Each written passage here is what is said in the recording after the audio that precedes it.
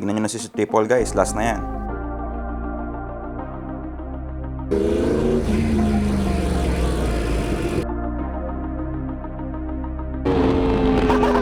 Grabe, first gear lang yun. Nihila yung kamay ko.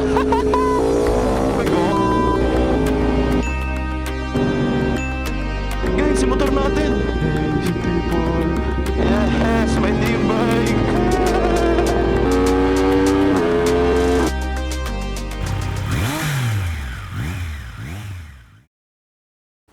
Good afternoon guys, Motolon here and we are back with another vlog. So, dumating na guys ang oras. Darating na rin ang ating bagong motor. So, anong nangyari ay meron nagka-interest sa ating Triumph C-Triple-R and instead of me selling it directly sa mga tao, nag-agree siya na swap na lang daw ng motor. And I like his bike, so I said why not? That's one of my dream bikes. In a short while, darating na sila. So, galing pa silang Marinduque, so shout out. Shout out kay Sir for traveling from Marinduque to Muntinlupa just to swap bikes. Pero kung titignan nyo dito, ayan si Triple. Handa na siya. So ito na yung last time na makikita nyo sa vlog natin guys. Babay na kay si Triple. Then nandito yung mga extra parts niya. Stock exhaust, yung extra rod guard, yung mirror niya na stock mirrors, tsaka bar end. And also seat. Para kung magbo-backride kayo, merong pillion seat dito. And tignan nyo na si Triple guys, last na yan. Pero yun, gaya ng sabi ko sa last vlog ko, di ba, nakakalungkot talaga na ibenta or iiwan si Triple, pero wala, ganun talaga eh. O, hindi tayo mayaman guys para magdagdag lang ng motor. Need natin magbenta kung may bibilin tayo.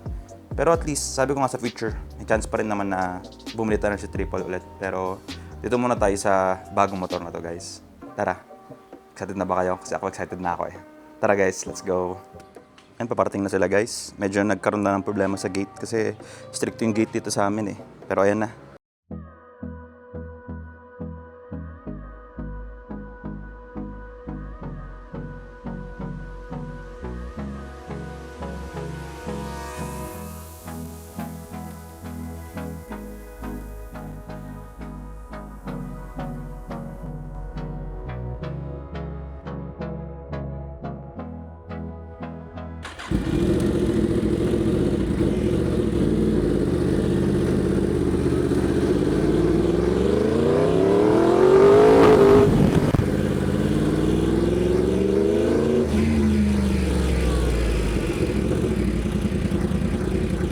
Ayos!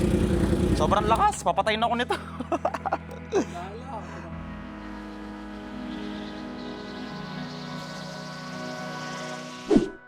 Ayan guys, first ride sa ating Yamaha R1. Baba muna natin. Actually guys, nakakakilig pag yung dream bike nyo, nasa garahe nyo na, pagigising kayo ng umaga. Iba yung feeling. Ang taas, grabe, taas ng puan. Oh, piya. Okay. Medyo awkward pa ako sa pagbaba dito. Ingay ito kaya saglit ng konti. Medyo nasobrahan ako ng paglagay ng kahapon. Ceramic coating. Pero sige, isin na lang natin yan later. First cold start sa Yamaha R1.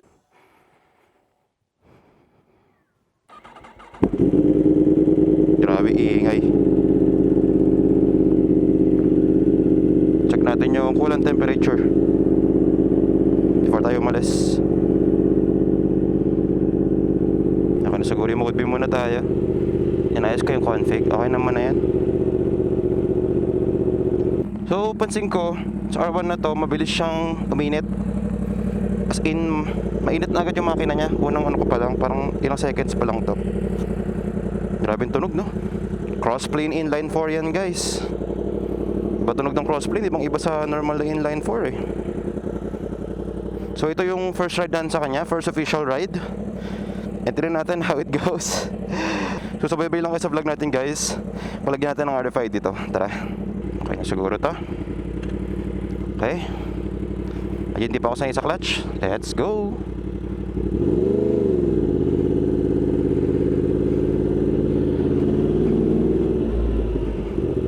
Grabe yung ano nito. Grabe yung throttle nito. Sobrang ano, ang lakas ng brakes. Yung throttle sobrang aggressive. Guys, unpowered to na to ha. Mood bin na to ha. Di pa tayo pinaka-aggressive na profile nito. Pero grabe, sobra. Okay, let's go! First ever ride!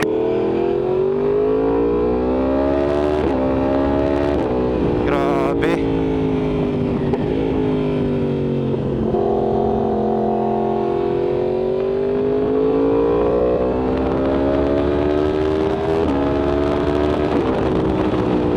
Grabe lawag ng upuan nito. Wala ako ng upuan sa likod. Parang may extra space pa ako. Parang nakikipag-away itong motor na to eh.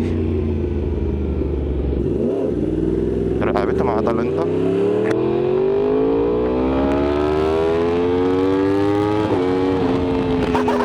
Grabe, first gear lang yun. What?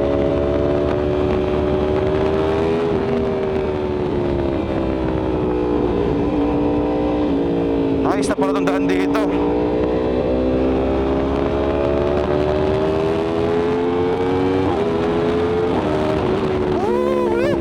Sarap.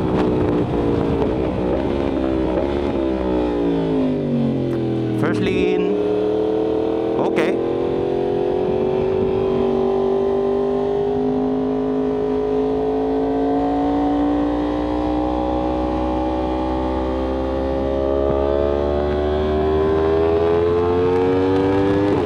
Grabe first gear na ito. Hindi ka mauubos.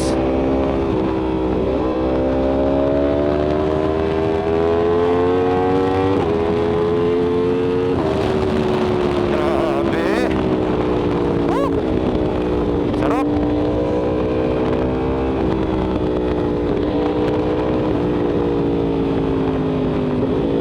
Grabe, sobrang ingay nito. Actually, medyo nahihiya na ako ang ingay nun to.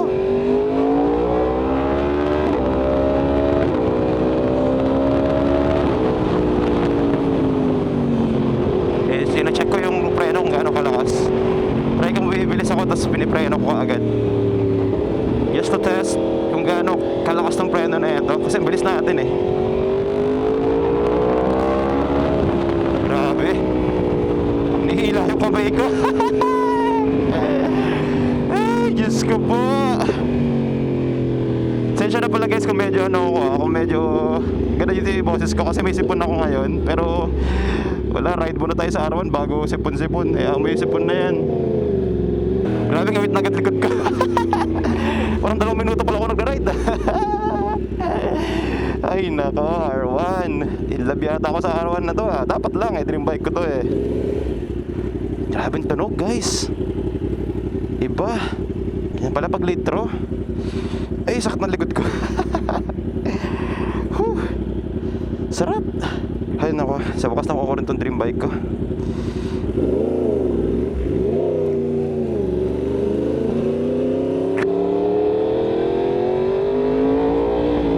Grabe, parang first gear lang buong daan eh.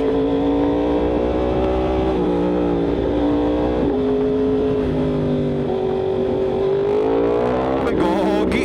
Nag-ano yung tumataas yung gulong ko, sobrang lakas. What? Grabe tong motor na to. First time ko nakitang wigil yung gulong sa sports bike. What? Pag nagkamali ka pala ng biga dito, mag-wheel ito. Of course, syempre litra to, pero kasi guys, tinry ko yung 10R ni Jow. Ayaw ko mag-compare kasi iba naman sila ng power profile. Pero kasi crossplane, mas maganda talaga ang nito. Babaan nito. Pakawit na tayo RFID dito.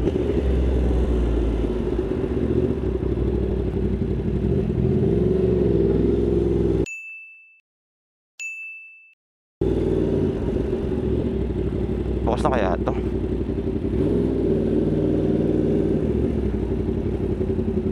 Bukas na. Ay, ito RFID. Papakabit mo na tayong RFID. Hello po. Open na po installation ng RFID. Saan ba magandang ilagay, bossing, tingin nyo? Inisip ko kasi kung papalit ang visor, pwede mong papalit ulit ng sticker dyan kung sakali. Magkano yung bayad pagka ganun? Walang bayad, okay. Sige. Okay, bossing, thank you po. Sige po. Ay, one RFID. Okay na. Pa-install na tayo ng RFID. Chill lang natin. Ay, grabe pawis ko. Init ang panahon guys. Ano kan? Ay, si pawis. Ayaw pa sumindi. R1 things. Team R1, team ayaw sumindi. Grabe pawis ko.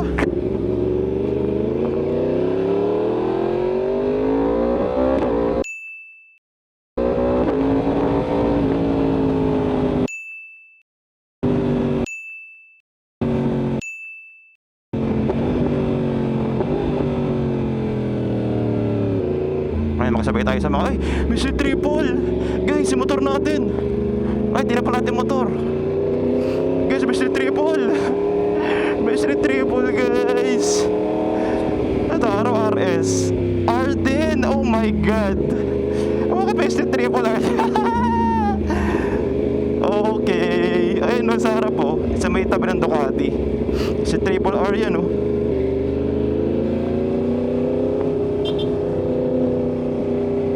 Ayun, si Triple R.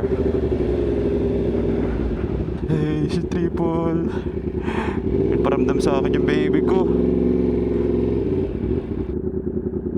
Actually, sa totoo lang guys, hindi naman natin dumaan sa expressway. Pero gusto ko lang din talaga masubukan to sa expressway. Tsaka yung card. Tsaka yung RFID tag. Para sigurado. Pero sa totoo lang, di ba yung ang lapad lang ng bahay namin dito sa sa Alabang, literal na ilang minuto lang.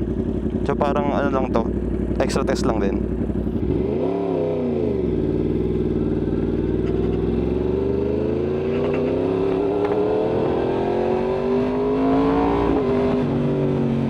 Pass-through daw, pero kasi pag minsan pag dinai-scan dito, malaki yung binabawas sa'yo eh. Ayun no, di na naman na-scan.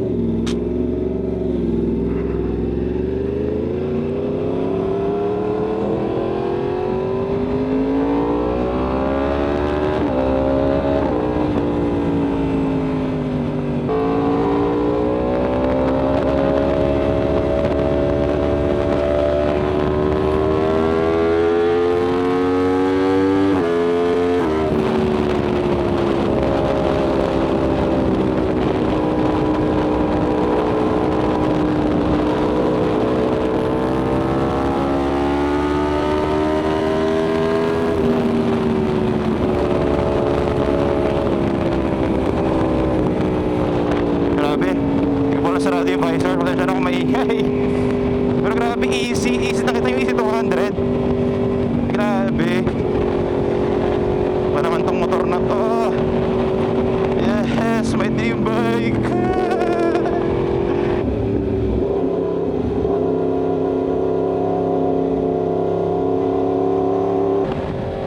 So pagka long red, nakaganyan lang ako guys. Relax lang. Kita nyo? O diba? Fifth gear natin. Diba? Relax. Very chillax lang guys. Ayan o. Diba? O diba behave tayo?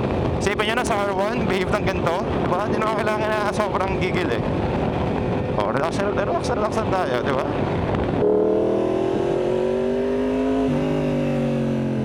Full tank natin.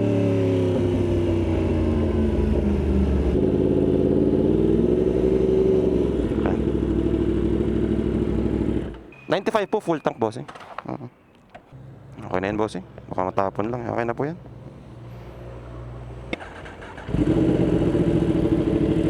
Well, thank you.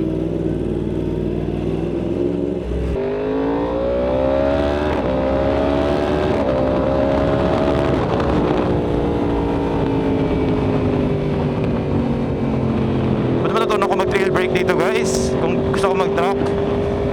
At saka magamay ito in its full capability. Kasi medyo awkward pa ako ngayon. Hindi ko gamit masyado yung trail braking.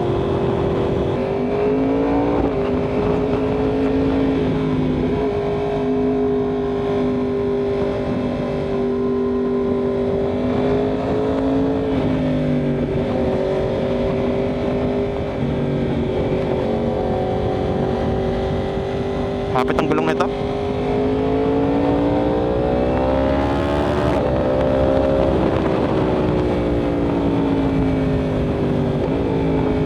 pala guys, itong R1 natin, gagawin natin to ng full review. Kaya abang-abang kayo dun guys sa channel natin. Most likely next video ay full review na ng ating R1. Kaya sabay-sabay kayo dun guys if you're interested to see how our R1 performs in our review video. Again guys, thank you kay Street Triple sa pag-alaga sa akin all these years at pag-ingat sa akin. Hindi niya ako binigo kahit na minsan. Pero I'm happy guys, I'm happy with my purchase, I'm happy with my R1. Saya ako.